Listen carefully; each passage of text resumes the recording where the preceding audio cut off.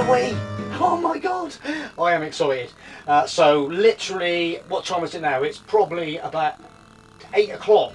So tomorrow this time we will be parked up on the port of Plymouth, waiting to board that Brittany ferry to get us transported across to Roscoff in France, which is like, all of a sudden, I've said to you before about this kind of scenario where you sort of plan these trips and all of a sudden it's like, oh my god, have I got everything? So we're just doing a bit of a random one now, just last minute check-in. So most importantly, the passports. We cannot leave without our passports. So yeah, how many people have left their passports behind? And we have done it. And yeah, 4 hours. 4 hours, it cost me 4 hours and a lot of diesel. So there's all these scenarios you've got to consider. It's all a learning curve, but most important is the passports. I've even left in the previous one trip travel money, where we used to take a lot of travel money at one stage for your trip. Do you know what I mean? You remember them days? You don't do it so much now. They were a couple of people were just talking recently about places that didn't take card payments, so we like to keep a little tiny bit of euros just in case. Yeah, so just in case that scenario happens. So yeah, it's all them little learning curves. You can never anticipate so.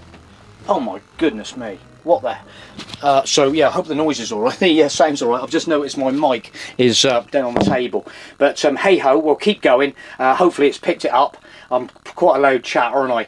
But yeah, so I was just thinking earlier on, we had one scenario. Once we actually flew to Palma, Mallorca, and you remember that volcanic ash scenario that kicked off? And so we didn't know nothing about it. We're tearing around Palma in a rented car.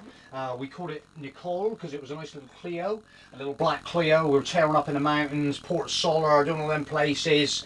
Anyway, as it goes, we were sort of getting ready to the end of the week to start getting close to the airport to come back to Bristol, where my car was located. And all of a sudden someone said, are you getting back there? And we're like, aeroplane, isn't it? And they were like, volcanic ash? What's that? So volcanic ash from Iceland. Oh, we never. So we eventually got down to Palma, Mallorca in the airport, and eventually through absolute chaos in the airport, I saw an Iberia Airlines hauling out, and the desk was completely empty. I went over to the woman, I said, hey, have you got any planes going out today? She said, yeah, we got another one going out to Madrid at 11 o'clock. I'll have it. I'll go. We're going. Let's get on the mainland. So yeah, we shot across to the mainland. It was pretty chaotic over there. We ended up renting a Fiat, a Spanish registered Fiat. It's a long story. I'm going to try and cut it short. We drove to San Sebastian from Madrid non-stop. Well, coffee breaks, a lot of espressos needed and Red Bulls for that trip.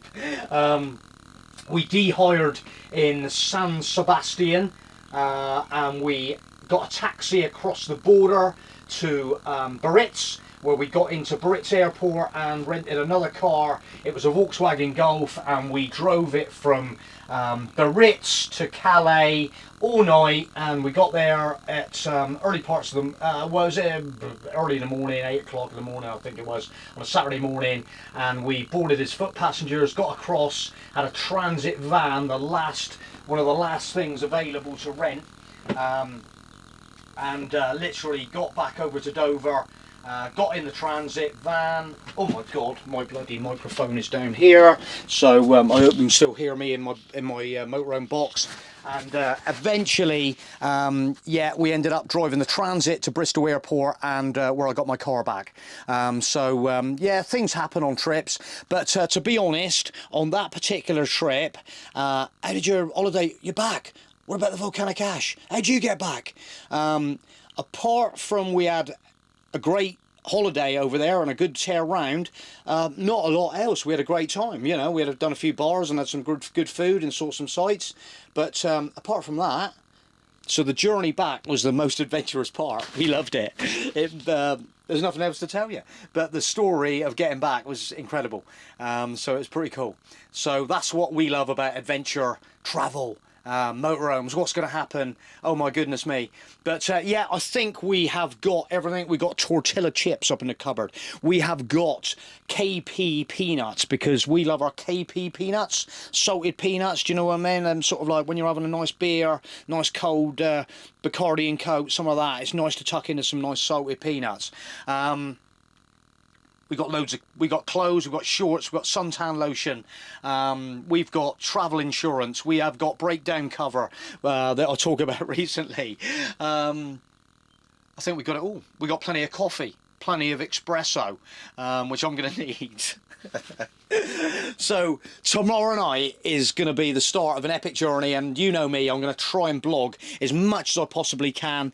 Yeah, so I was actually talking to someone today, and they were literally, Joff, we want to see what food you're having on the, are you having some food on the ferry tomorrow night? What you having?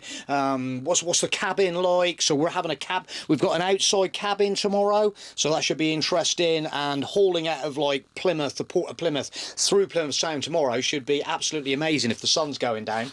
So let's hope it's going to be a good one. So I'm going to cut it short. My tea's nearly ready. Running a bit behind this tonight, but I'm going to try and get this vlog done tonight, get one out, and nice and short. So stay tuned for the Spanish down through France, the Spanish adventure, and we will catch you tomorrow.